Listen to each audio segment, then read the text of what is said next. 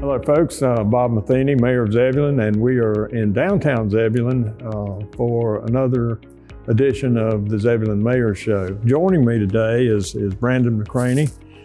Brandon is the owner and the motivating force behind Old Raleigh Distillery, and we are proud to have you downtown and wanted to show the folks what you're doing and let you tell your story and welcome you officially to the town of Zebulon. Tell me a little bit about your background. I believe you are a master distiller or mixer or something. You help me out there. Yes. So a little about my background. I'm the owner of the distillery, but my role here is whiskey blender and the distiller. So I'm very hands-on with making the spirits here. And that started out first as a passion for bourbon, hosting events and private classes. I got a couple of certifications and then went and blended around the country, did some distilling as well in some other states. And this passion slowly turned into something that I knew I wanted to do full time about 4 years ago. Talk for a minute about the room that we're in. You did a lot of work here. It was. We did. Yes, this used to be, well, those that historically are from Zebulon know this was a Pope's department store for a number of decades. So we spent about 16 months tearing the building apart and putting it back together again, starting in September of 2019. And what attracted me first to this building was that it was in the heart of a community. So I had a very specific vision in mind for what we wanted to create here, one of which being a part of a revitalization effort within the downtown area. This obviously fit that profile, but also having housing and a lot of foot traffic or ability to grow foot traffic around the building was key for us. When you think you might be in production, I don't think you're actually producing yet, but maybe you are. So you tell me. Yeah, so we're not producing from the stills on site yet. What we did was a staggered layout of the business, rollout of the business. So approximately 8 weeks ago, we opened up our tasting room. Our tasting room also essentially functions as a bar of which we offer cocktails, a full wine menu, craft beers, local craft beers, and non-alcoholic drinks as well. The point being is that we're trying to reconnect the community to downtown. So we're about 2 months into operating that. Our next phase of our business rollout is our blended bourbon. I spent about 2 years hand selecting barrels from around the country. So we do two different art forms here. One, I'm a whiskey blender, but of which I'm utilizing bourbon sourced from around the country. And then we'll be distilling our own product here. That's the phase 3 of our rollout, which should happen within the next month and a half.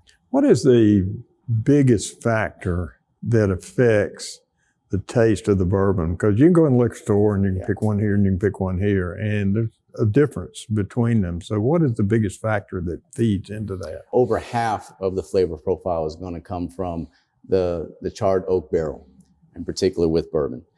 So you've got one, the impact of the cask.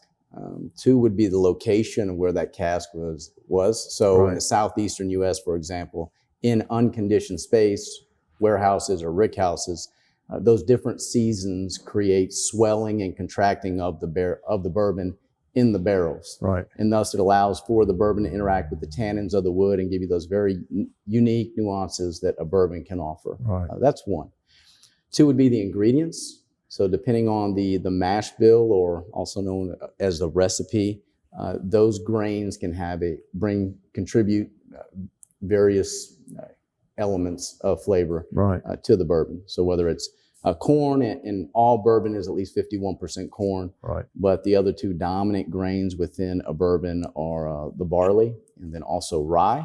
All right, so the lion's share of bourbons have rye within the mash bill. But then also there's other bourbon out there such as Weller or Maker's Mark that instead of rye, it uses a wheat. Right. So all those will contribute towards the flavor of the bourbon. Your hours, when are you open? And yeah, so we are open 6 days a week. On Tuesday through Thursday, we're open 4 to 9:30. Friday, we're open from 4 to 11. Saturday, noon to 11, and then Sunday, noon to 9:30. Okay, so we need folks come on down. Please do come on down. Yeah. So let's go on a tour and let you show us around. Okay, that sounds great. All right. Yeah, so our society room is our event space, and this event space is ideally suited for weddings, rehearsal dinners, corporate events, things such as that. It's capacity of 200 people. We wanted to create more of an upscale environment for somebody to have their special event or special occasion. You've had a pretty good variety of food trucks, I think. We do, yeah. So Thursday through Sundays, we try to have multiple food trucks. Thursday, Friday, one food truck, Saturday and Sunday, 2 each day. But the thought being, again, we're trying to reconnect the community to downtown here. Correct. So you don't need to consume alcohol to come to Old Raleigh and enjoy yourself. Also, we partner with other restaurants of which you can order from the restaurants, Rositas and Pizza Amore, for example, and they'll deliver it to your table here at Old Raleigh. Great. Anything else about this room? No, we're just ready to get some bookings in. Rock and roll. And show everybody the space. Okay, very good. Well, we're going to move on to another part and do a little more education.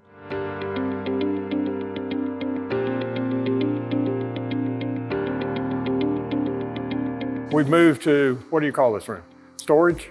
This is our back warehouse. Okay. My domain, as I Your call domain. All right. Well, it's nice to be in your domain. It is. Now, let's talk about the barrels just for a minute. These are all, of course, charred oak.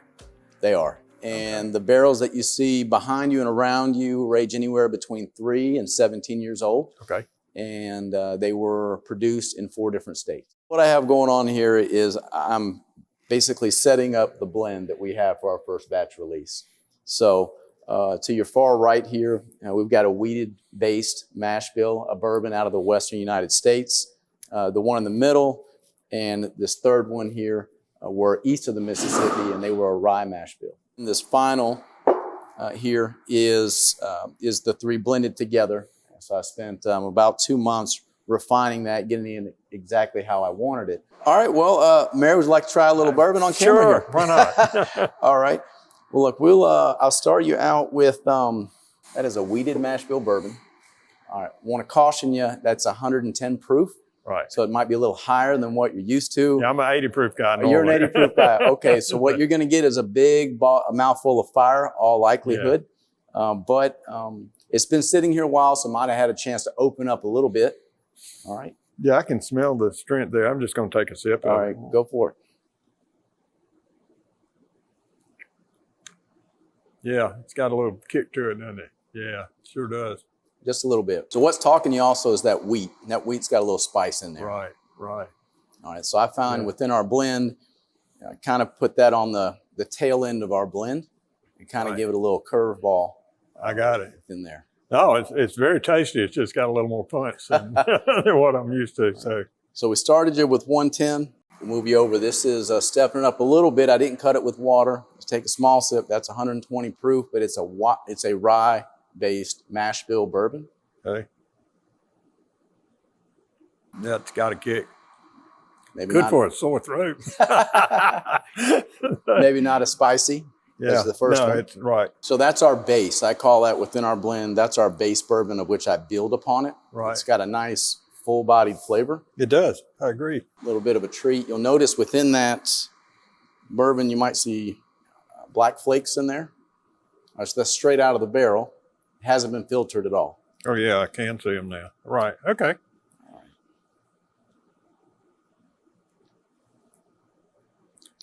Smoothed it out, didn't it? Very smooth. Yeah. That's right. Yeah, it sure So did. that's a great observation, Mayor. That is a 17-year-old bourbon right there. That is, well, this one goes with it. No, that is really, really smooth and good. Yeah. So that's one I'm very excited about. One, it's going to be in our first batch blend, but we're going to have standalone 17-year bourbon bottles as well. We'll be selling at the distillery, but also we're going to offer a special tour with that, really go deep into not only the bottle, his story about the bottle, but allow you to get a little more hands-on. Let's say, as opposed to some of the other distillers may out there, just offering you the bottle at a shop. Right. We want to be known as a distillery that gives you unique experiences, unique tours, unique workshops and classes. And this is just the beginning of what we want to offer here. All right, and this is the blend. So this is all pulled together. I have not cut it with water, meaning that it's still a higher proof. It's probably around 114 proof. So that has a lower percentage of that bourbon relative to the entire mix. Right. But all of these together, I believe you get a well-rounded, full-bodied bourbon. Yeah. One of which I hope this very affluent bourbon community will receive. Well, we'll find out, won't we? I sure hope so. Well, let's talk about your other stuff. Sure. I know you're proud of this. Yeah, so our bottle we made from scratch. So the design, everything about it was very thoughtfully laid out. I spent some time in the military right after graduating from NC State, and one of the traditions that we have in the Air Force is to have a challenge coin. And on the top of our bottle, we've got our challenge coin. And our brand is called the Old Raleigh Whiskey Society, small batch whiskeys. But also with that, it's a brand of which you can join, almost like a club, and which you get a coin down the road as we start doing these classes and host more of these on-site workshops and events. 100-plus-year-old oak was harvested in Wake County last year. And what I'm doing on site here is toasting and charring that oak. We're resting it with each bourbon batch to kind of put our final stamp of approval of Wake County on it before we bottle it for the public. Right. All right, we want to look around and get over to your starting point, if you will, and then we'll work forward and go from there. Well, tell us where we are. This looks like the starting line. This is the starting line for our bourbon line, right. The one that we're making in-house. So what you see here, this is our mill room. What we do at Old Raleigh Distillery is we bring in grains and we mill on site. So I wanted grains as fresh as possible going right into our mash cooker.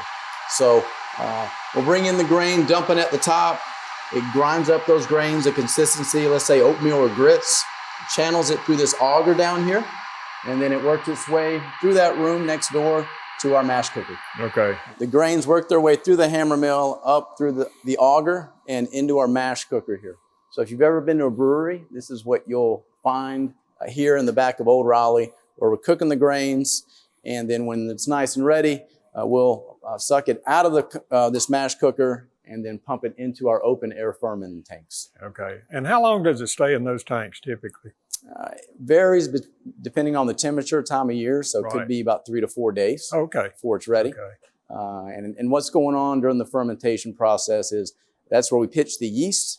The yeast starts eating all those yummy starches and sugars, and it produces two things. One, CO2, which will go up in the atmosphere, and the second thing is alcohol. So when that fermentation gets to about 10% yield of alcohol, it's about time for us to bring it to the front and place it within the stills. Okay. Well, let's go look at the stills then. All right, let's do it. Well, this is where the magic happens.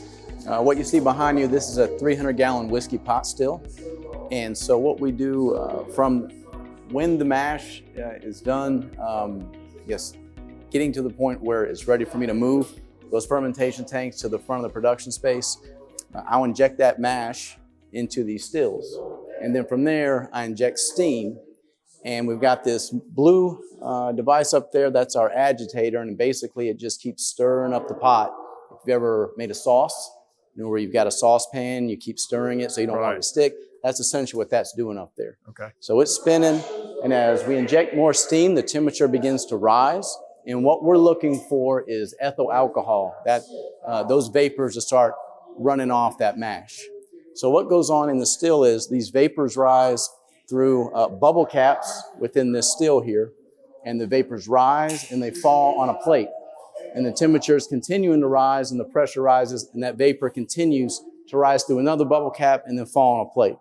And as it's doing that, the proof continues to rise. So on a bourbon, for example, it takes 2 runs on this still to get it up to 160 proof, which is the maximum proof that you can distill bourbon at. And at that point, the vapor rises through this pipe here, and it runs its way all over to this tin-looking canister. All right, I've got a chill water loop in there, and at that point, it turns that vapor back into a liquid, and then it flows out. This thing at the tail end here is called a parrot. So that's where that white dog, that Everclear, that white lightning, that's flowing out of there at that time.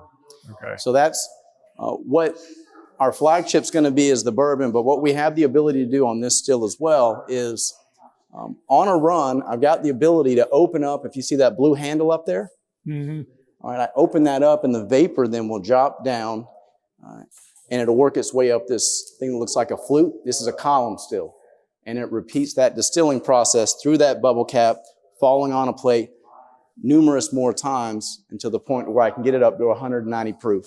Over 190 proof, that's called a grain neutral spirit. Right. Essentially, it's flavorless. All right, the congeners that were in that spirit that really interact with the tannins of the wood to produce a yummy bourbon, well, those are then filtered out because you don't want any of those flavor characteristics for a vodka. Works its way all the way to the top, and then we continue it through the condenser where it's chilled from a vapor back into a liquid, and again, it flows out of that parrot. Well, Brandon, we've had the whole tour, and it's been delightful. It's really been educational to me, and I hope to the folks that are watching this. But you know what we really want folks to do is to come down here. Yes. And visit you. Well, we appreciate your investment in Zebulon, and we appreciate you being a part of our community. But look, one more time, let's tell people when you're open. Yeah. So we are open Tuesday through Thursday, 4 to 9:30, Friday from 4 to 11. And Saturday, noon to 11. Sunday, we're open from noon to 9:30. So folks, come on downtown to downtown Zebulon on Arundel Avenue, right in the heart of town, and visit Old Raleigh Distillery. And thank you again. I appreciate it. Thank you, Mayor. Yes, sir.